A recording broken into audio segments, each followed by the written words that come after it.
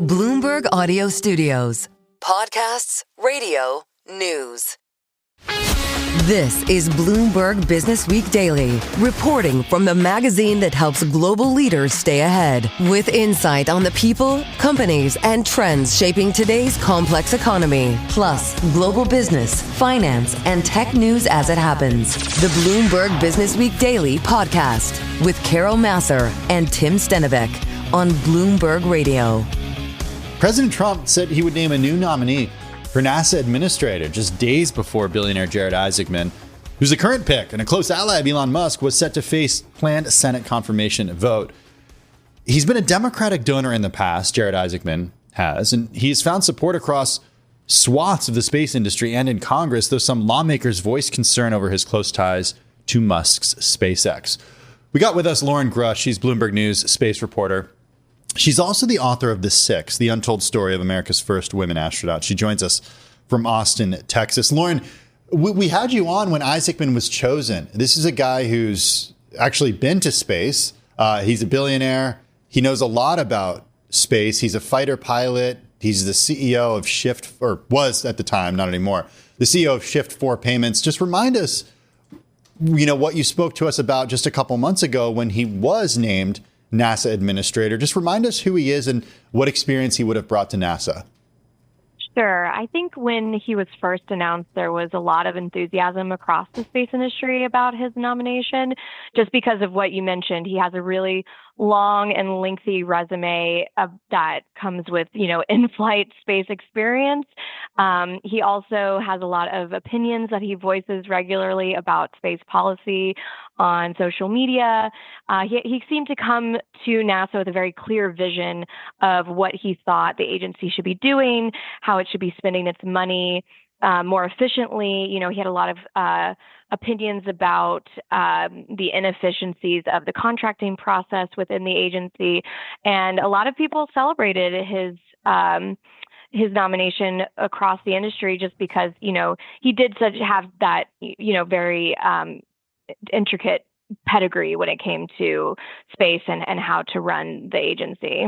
I do want to correct myself. I said he was CEO of Shift 4, but he was still CEO. And this is actually part of the story.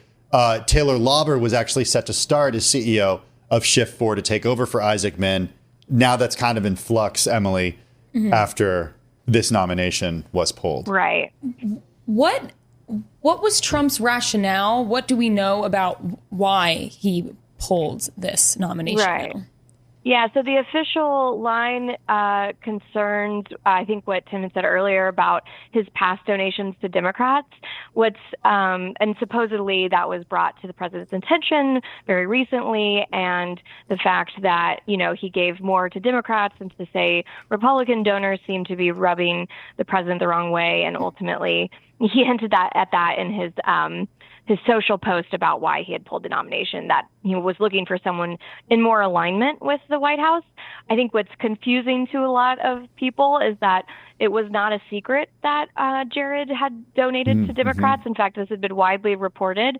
So perhaps it is something that just caught the president's attention recently, or perhaps it's, the official line for something else. But that is kind of where the White House is pointing to as to why this is happening. Yeah, it's interesting to hear that. I mean, we're not going to talk politics here, Loren, but I just do want to remind people that Robert F. Kennedy Jr., for example, actually ran against President Trump for the 2024 presidency before he dropped out and aligned himself with the president. Right. You've had people such as the president himself talk during the 2016 election that he was asked about this, that he had donated to Democrats in the past. And so it's an interesting explanation that we're hearing, or a notable explanation that we're certainly hearing from the White House. But to me, Loren, it differs than sort of other people that he's staffed his cabinet with. It hasn't mattered to those folks. I mean, haven't all these folks, a lot of the Silicon Valley folks who are supportive of the president now weren't supportive of him necessarily in the past? Right. Exactly. So there is some thought that perhaps this is kind of like the straw that broke the camel's back. Maybe too many people with Democratic ties were making their way into the administration. But I think it's important to think of the Elon of it all. It also comes at a time when Elon Musk is very publicly ending, his time with the White House and his Doge operation. And Jared Isaacman was very much seen as an ally of Elon's because he had such close ties to SpaceX. He's flown twice with the company to space, donated a lot of money or invested a lot of money into their research programs to further human spaceflight at the company. So Jared was very much seen as an Elon Musk ally. And so there is obviously speculation that this was kind of related to Elon's exit now that he's on his way out the door, maybe some pushed for fewer ties to Elon in the White House.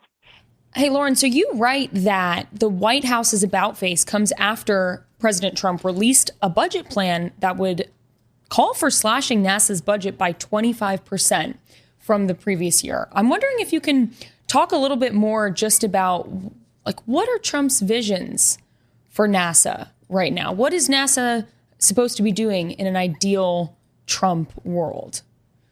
Right. I think that's kind of the open question right now among the space community. The budget proposal that the White House has released would, if enacted, would be the largest single cut to the agency since the agency was created. It primarily targets space science programs, so it would cancel a lot of missions for planetary science, astrophysics, things of that nature. A lot of the things that NASA has become famous for are being targeted in this budget plan. At the same time, there is a much more renewed focus on human spaceflight, with the budget, some money being given to start, make sure we stay on the course for lunar exploration, sending humans back to the moon through the Artemis program that NASA has created, and then also starting up development into potentially sending humans to Mars. So it seems like there is much more of a focus on funding human spaceflight initiatives and a pullback on space science, which doesn't necessarily have humans on board when those happen. And I think that's a kind of a fundamental tension that the agency has grappled with for many decades. And it seems to be clear where this White House, what line they fall on when it comes to that debate. We're speaking with Loren Grush. She's Bloomberg News space reporter. She's also the author of The Six, the untold story of America's first women astronauts, joining us from Austin, Texas. Loren, do we know what direction the president wants NASA to go in, or do we know which direction the president will go in now that Isaacman's name has been pulled? Are there any names being bandied about at this point? There's definitely names being bandied about. I'm not sure I'm ready to say them publicly, but there's definitely speculation on who would come next. I think what we can expect is that this White House is very keen on furthering the privatization of spaceflight and making it so that NASA helps to jumpstart the commercial space industry even more than it already has. So NASA less being the ones to oversee development and to spend all the money on all these endeavors, but to partner with the commercial space industry and to, help the vitalization or revitalization of the commercial space industry by helping companies get the money they need to jumpstart their various programs. I think the question becomes, though, how long is it going to take for a new nominee to get named? They have to go through the entire Senate confirmation process again. We were on the cusp of that happening with Jared. As you mentioned, it was expected that he was going to get confirmed by the full Senate today, or at least as early as today. And so now we have to start from square one. They have to be vetted. They have to go through a hearing. And so when that person will be in charge of the agency is an open question. And then during that time, we're going through the typical budget process, right? So there's going to be hearings and discussion among lawmakers about these major budget cuts that the White House has proposed.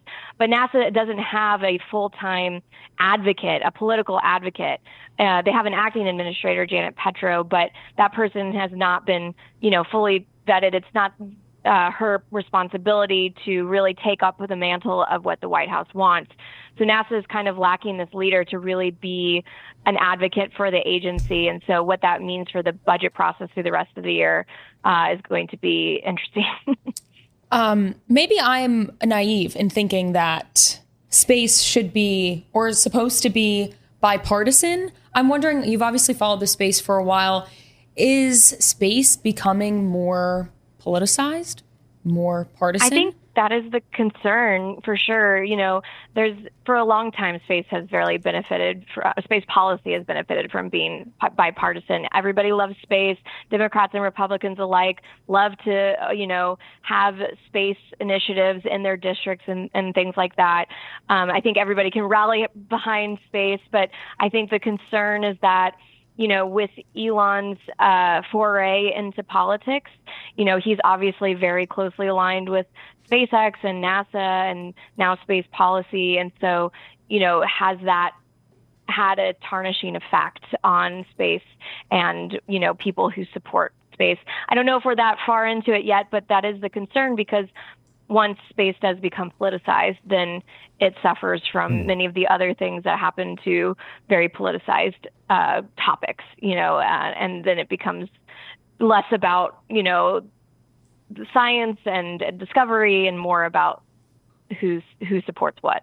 Loren, gonna have to leave it there. Always appreciate when you join us, and we know we'll have you back on when they announce a new pick for NASA administrator, but hopefully before then as well. Loren Grush, Bloomberg News space reporter. Check out her book, The Six, The Untold Story of America's First Women Astronauts.